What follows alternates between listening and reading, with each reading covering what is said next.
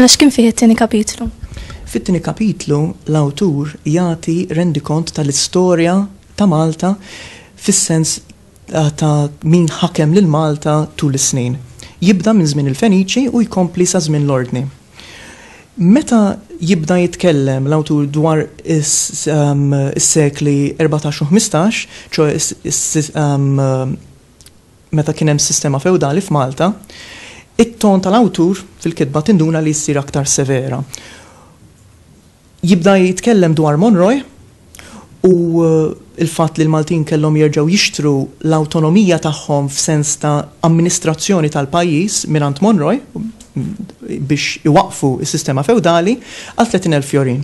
Issa, fl-14, ċoe fl-20 ta' Ġunju 1428, ir-Real Fonds ta' Spanja tal il-Maltin il-privileġġi tal-nies kollha li kienu jgħixu Malta għawdex dak iż-żmien.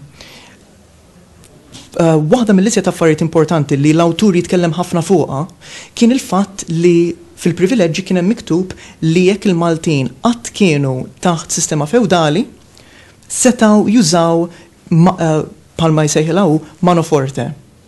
X'jiġifieri manoforti?